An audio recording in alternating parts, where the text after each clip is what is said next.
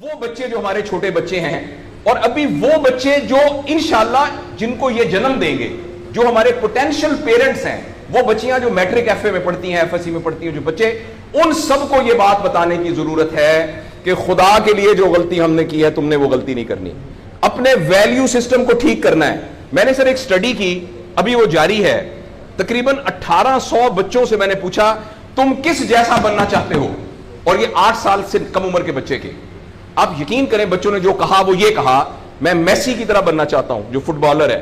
کسی نے کہا میں عاطف اسلم کی طرح بننا چاہتا ہوں، کسی نے انڈیا کے اداروں کا نام لیا، کسی نے نہیں کہا میں ابو بکر کی طرح بننا چاہتا ہوں، کسی نے نہیں کہا میں حضرت علی کی طرح بننا چاہتا ہوں، کسی نے نہیں کہا میں قائد اعظم کی طرح بننا چاہتا ہوں، کسی نے نہیں کہا میں عبدالستار ایدھی کی طرح بننا چاہتا ہوں۔ ایک بچی نے صرف کہا کہ میں حضرت فاطمہ کی طرح۔ میں نے اپنے یوٹیوب چینل پہ اس کا بچی کا انٹرویو لایا، چھوٹی سی بچی نے کہا میں پارک میں پھر رہی تھی، میں نے کہا بیٹا تم کیا بننا چاہتی ہو؟ کہتی میں حضرت فاطمہ کی طرح بننا چاہتی ہوں۔ تو میرے دوستو، ہم نے اپنے بچوں کے رول ماڈل ہی غلط کر دیے ہیں۔ ہم نے اس لیے مجھے اور آپ کو بہت سیریسلی اس بات پر غور کرنا ہے۔ میں آپ سے عرض کروں،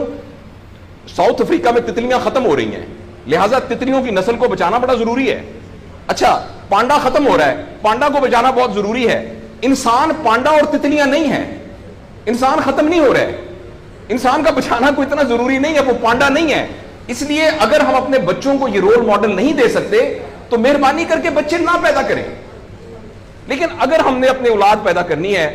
تو وہ اولاد وہ پیدا کرنی پڑے گی اور اس کی وہ تربیت کرنی پڑے گی جن کا رول ماڈل وہ ہو جو حضرت عمر تھے، جو حضرت ابو بکر تھے، جو حضرت علی تھے، جو فاطمہ تھی، جو زینب تھی، جو خدیجہ تھی رضوان رضی اللہ عنہا۔ یہ ہمارے رول ماڈل ہمیں پیدا کرنے پڑیں گے، اور یہ تب ہوگا جب ہمارے اندر سے یہ دو چیزیں ختم ہوں گی۔ نمبر ایک، ہم پیسے کی بنیاد پر اپنے آپ کو بڑا نہ سمجھیں، اور دوسرا یہ کہ ہم فرد کو فرد کے لیے تیار نہ کریں، فرد کو معاشرے کے لیے تیار کریں۔ میرا بیٹا تو 1100 میں سے 1100 نمبر لے کے ڈاکٹر بن کے ایک جگہ پر اسسٹنٹ پروفیسر لگا ہوا ہے، معاشرے کو کیا فائدہ ہوا ہے؟ اور ہم میں سے آپ سوچیں کہ عموماً ہم سب لوگ جب اللہ کا شکر ادا کرتے ہیں کہ یا اللہ تیرا شکر ہے، 3 مرلے کے مکان میں رہتے تھے، اب ماشاءاللہ کوٹھی ہے 2 کنال کے اندر، اور سائیکل پہ ابا جی جاتے ہوتے تھے، لیکن الحمدللہ ہمارے پاس اب 2-3 گاڑیاں ہیں، اور چھٹیاں تو سوال ہی پوادے کر جاندے ہوتے سی، کدے کدے گوڑ کھاندے سی، خراستے۔ اب ہم سارے بھوربن میں جاتے ہیں چھٹیاں گزارنے، کبھی کبھی انگلینڈ بھی جاتے ہیں۔ اللہ کا ہمارے اوپر بڑا کرم ہو گیا، اس غلط فہمی سے ہم اپنے آپ کو نکالیں۔ اللہ کا کرم یہ ہے کہ میری وجہ سے، جیسے انہوں نے ویڈیو دکھائی ہے کہ ہمارے یہاں کوئی بلڈ کا کچھ نہیں ہوتا تھا، شکر ہے میری وجہ سے یہ بلڈ والا کام شروع ہو گیا۔ میں ڈاکٹر ہوں، یہ والی سروس یہاں موجود نہیں تھی، اللہ کا شکر ہے کہ یہ والی سروس اب یہاں موجود ہو گئی ہے۔ اللہ کا شکر ہے یہ ہو رہا ہے۔ سروس اورینٹڈ جب تک ہم اپنے بچوں کو نہیں ڈیولپ کریں گے، اس وقت تک میں آپ کو بہت دکھ سے اعلان کرتا ہوں،